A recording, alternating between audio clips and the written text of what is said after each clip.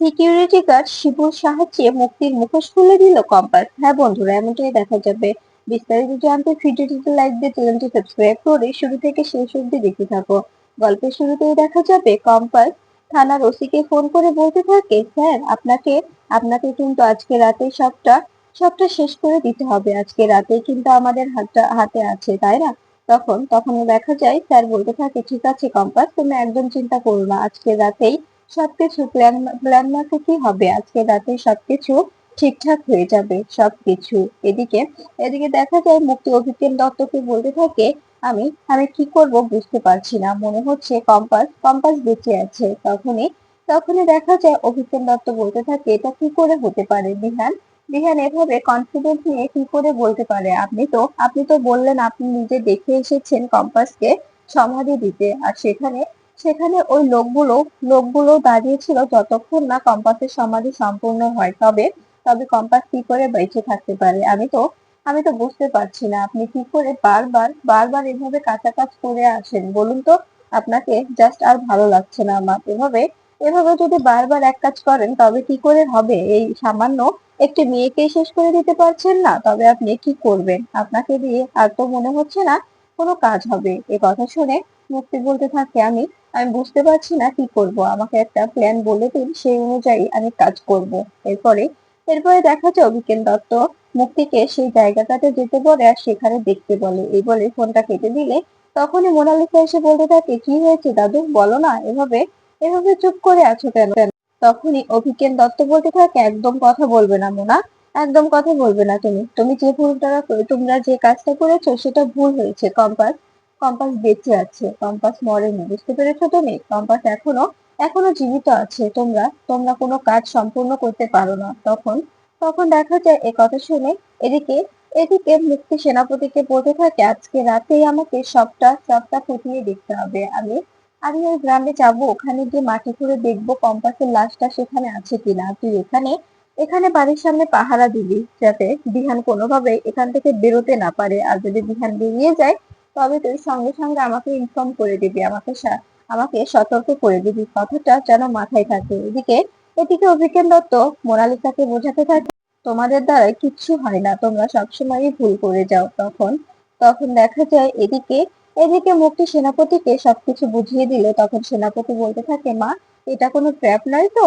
এটা বিহান কোনোভাবে নতুন করে চাল চালছে না তো আমাদের ধরার জন্য? তখনই মুক্তি বলতে থাকে, আমি বুঝতে পারছি না, তার কারণেই তো আমি এখানে তোকে বিহানকে পাহারা দিতে রেখে যাচ্ছি। কোনোভাবে যদি বিহান বাড়ি থেকে বেরোয়, তুই আমাকে আমাকে সুন্দরভাবে ফোন করে জানিয়ে দিবি, আমি সঙ্গে সঙ্গে সতর্ক হয়ে যাব। তবে আমি বুঝতে পারবো যে এটা এটা বিহানের একটি ট্র্যাপ। আর যদি বিহান না বেরোয় তবে তো আমি নিশ্চিত যে বিহান সত্যিই বলছে। এরপরে দেখা যায় এই বলে সেনাপতি বলতে থাকে, আচ্ছা মা, ঠিক আছে, কোনোভাবে যেন কোনো বিপদ না হয়। আমি বলছিলাম যে ওখানে যাওয়ার কোনো প্রয়োজন নেই, তুমি শুনছো না যখন তবে চলে যাও। এরপরে যে কথা সেই কাজ। রাত্রিবেলা মুক্তি টর্চ লাইট নিয়ে বাড়ি থেকে বেরিয়ে যায়। মুক্তি চলে আসে সেই গ্রামে। সেখানে সে দেখতে পায় একটা একটা জনপ্রাণী কেউ নেই, পুরোটা একদম চুপচাপ হয়ে নীরব হয়ে আছে। তখনই মুক্তি বলতে থাকে, চারপাশটা তো একদম নীরব হয়ে আছে, তবে তবে কি সত্যি কম্পাস এখানে এখানে আছে? আমি তো বুঝতেই পারছি না। এরপরে দেখা যায় মুক্তি বলতে থাকে, না, আমি একবার তারপরেও দেখে নিই, শিওর হতেই হবে, আমাকে শিওর না হলে হবে না। এদিকে দেখা যায় সেনাপতি বিহানদের বাড়ির সামনে দাঁড়িয়ে আছে। কখন বিহান বেরোবে তখনই মুক্তিতে খোঁজটা লাগিয়ে দেবে।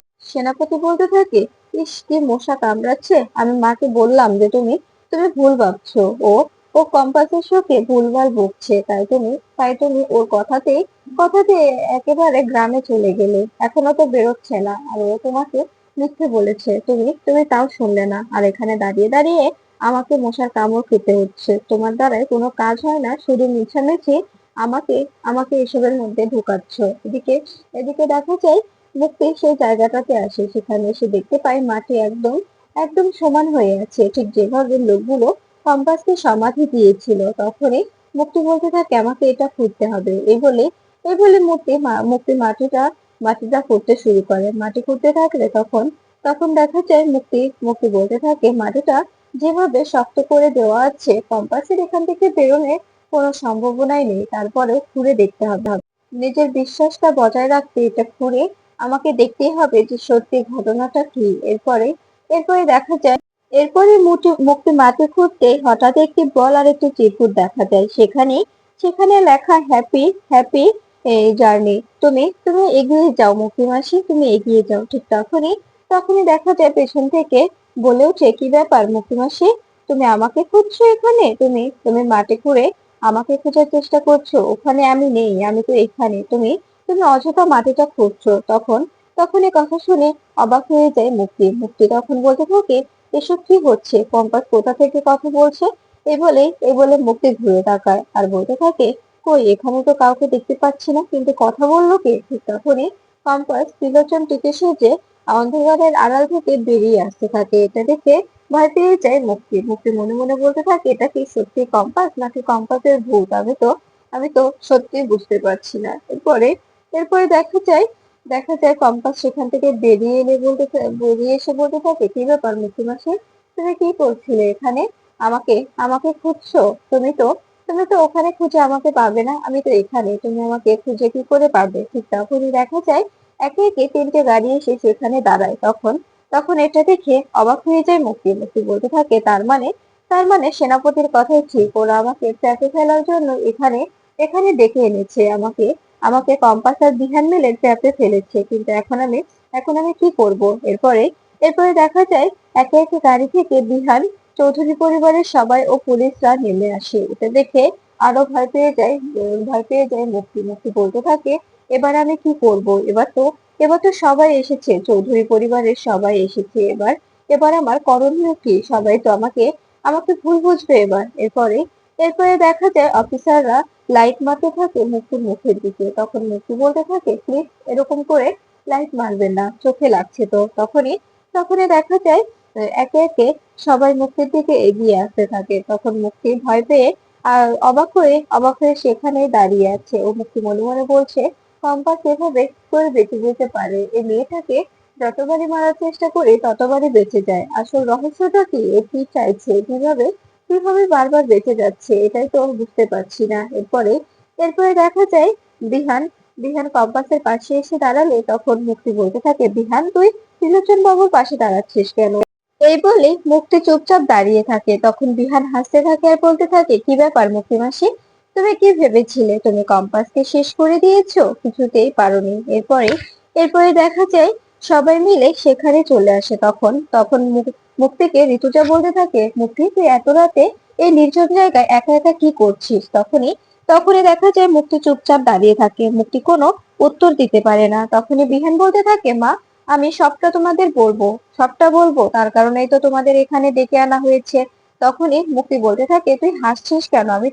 আমি তো তোর ব্যাপারে কিছুই বুঝতে পারছি না। তখনই ঋতুজা বলতে থাকে, কি ব্যাপার বিহান, তুমি বললে এখানে এখানে আমাদের সবাইকে কি নাকি দেখাবে, তার কারণে আমরা এলাম। এখন এখন শুধু হাসছো, কথা বলছো না, বুঝতে পারছি না কিছু। এরপরে দেখা যায় কম্পাস বলতে থাকে, অনেক তো অনেক তো এরকম থাকলাম, এখন নিজের রূপে আসি, তারপরে তোমাদের সবটা বলছি। এ কথা শুনে দেখা যায় অবাক হয়ে যায় ঋতুজা।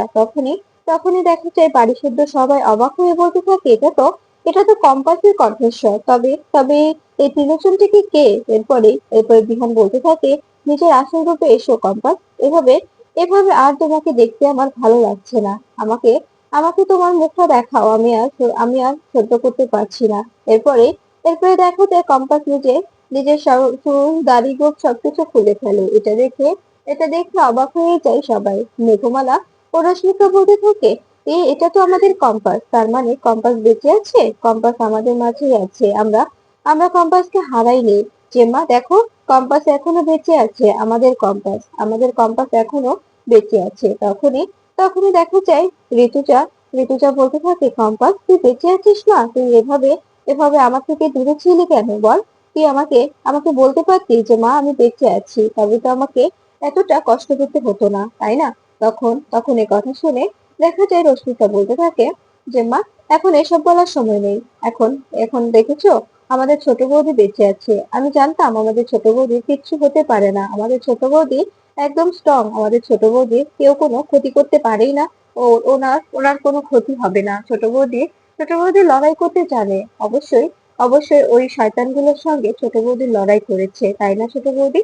তখন তখন দেখা যায় এই বলেই এই বলেই দেখা যায় মেঘমালা ও রশ্মিকা কম্পাসের কাছে ছুটে যায়। এরপরে কম্পাসকে ঋতুজার সামনে নিয়ে এসে বলতে থাকে, দেখো মা, এই যে আমাদের কম্পাস। তখনই তখনই দেখা যায় ঋতুজা কম্পাসকে ছুঁয়ে দেখে আর বলতে থাকে, তুই এভাবে এভাবে কেন দূরে ছিলি? তুই এভাবে এভাবে আড়ালে ছিলি, আমাকে কেন জানাসনি? জানিস আমি কতটা কষ্ট পেয়েছি?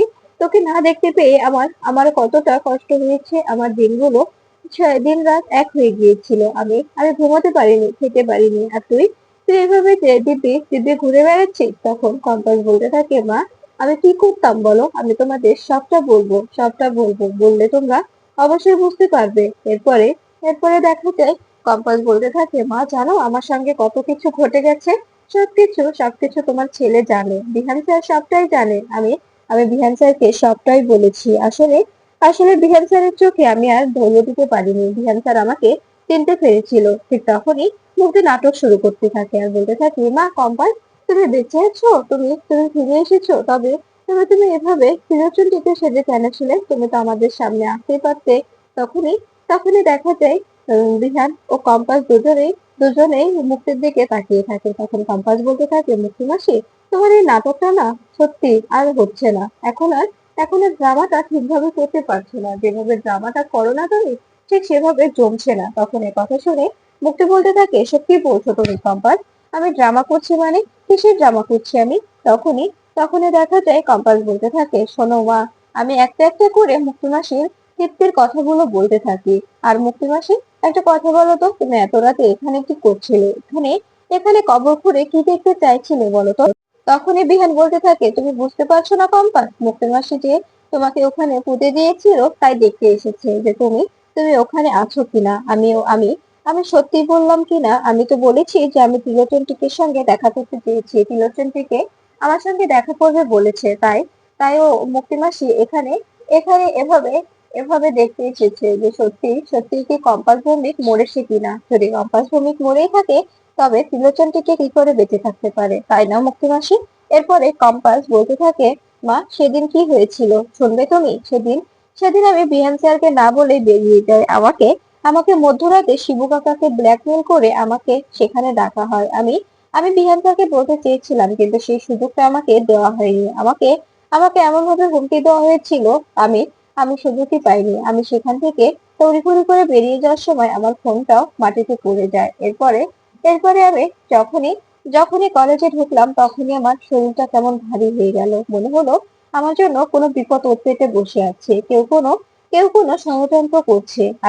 আমি তখনই বুঝে গেছি যে অবশ্যই কোনো না কোনো গন্ডগোল আছে। এরপরে তাও আমি কৌতূহলবশত ওখানে যাই যে শিবু কাকা যেহেতু ফোন করেছে, শিবু কাকারও তো বিপদ হতে পারে। তাই আমি সেখানে যাই শিবু কাকাকে বাঁচাতে। সেখানে গিয়ে আমি দেখতে পাই ল্যাবটা পুরো অন্ধকার আর শিবু কাকা মাটিতে পড়ে আছে। আমি শিবু কাকার সঙ্গে ধাক্কা খেয়ে মাটিতে পড়ে যাই। ঠিক তখনই কেমিক্যালের জারগুলো পড়ে যায়। আর দুটো দুটো একসঙ্গে মিশে গেলে, আমি তো জানি যে দুটো একসঙ্গে মিশে গেলে কি হতে পারে। এরপরে আমি সেখান থেকে শিবু কাকাকে নিয়ে বেরিয়ে যাই। মুক্তি মাসি, তুমি একটা ভুল করেছো। তুমি জানোই না যে যে ল্যাবে এতদিন হলো কম্পাস ভৌমিক লুকিয়ে লুকিয়ে গবেষণা করতো, সেই ল্যাবটা কম্পাস ভৌমিক খুব ভালো করে জানে, খুব ভালো করে চেনে। ওই ল্যাবের যে অপোজিটে একটি ছোট্ট ডোর আছে, তুমি সেটা জানতে না। আর আমি সেই ডোরটা কাজে লাগিয়ে সেখান থেকে বেরিয়ে যাই। আর তোমরা তোমরা ভাবলে যে যদি যদি বিস্ফোরণের শিখাটা অতি তীব্র হয়, তোমাদের ক্ষতি হতে পারে। তাই তোমরাও পালিয়ে গেলে। আর আমি আর শিবু কাকাও বেঁচে গেলাম। আমরা আমরা অনেকটা আহত হয়েছিলাম। শিবু কাকা তো অনেকটাই আহত হয়েছিল। শিবু কাকাকে অনেকদিন হসপিটালেও রাখা হয়েছিল। এরপরে দেখা যায় শিবুকে হুইল চেয়ারে করে নিয়ে আসা হয় আর মুক্তিকে ঠিক সেদিনের মতোই মুখোশ পরে দেওয়া হয়। আরো তিনজনকে সেখানে দাঁড় করিয়ে দিলে তখনই শিবুকে কম্পাস বলতে থাকে, দেখো তো শিবু কাকা, এর মধ্যে কাউকে তুমি চিনতে পারো কিনা? সেদিন কি এর মধ্যে কেউ ছিল? এরপরে দেখা যায় শিবু আঙুল তুলে মুক্তিকে দেখিয়ে দেয় আর বলতে থাকে, হ্যাঁ হ্যাঁ, উনি ছিলেন সেদিন। আমি আমি নিজে দেখেছি। আরো দুজন ছিল, একটি মেয়ে আর একটি ছেলে। এরপরে এ কথা শুনে ভয় পেয়ে যায় মুক্তি। মুক্তি বলতে থাকে, সবটাই মিথ্যে, সবটা কম্পাসের সাজানো। ফাঁসাতে চাইছে। তখনই তখনই দেখা যায় কম্পাস বলতে থাকে, শোনো মুক্তি মাসি, তোমাকে তোমাকে ফাঁসাতে হবে না, তোমার বিরুদ্ধে আরো অনেক প্রমাণ আছে।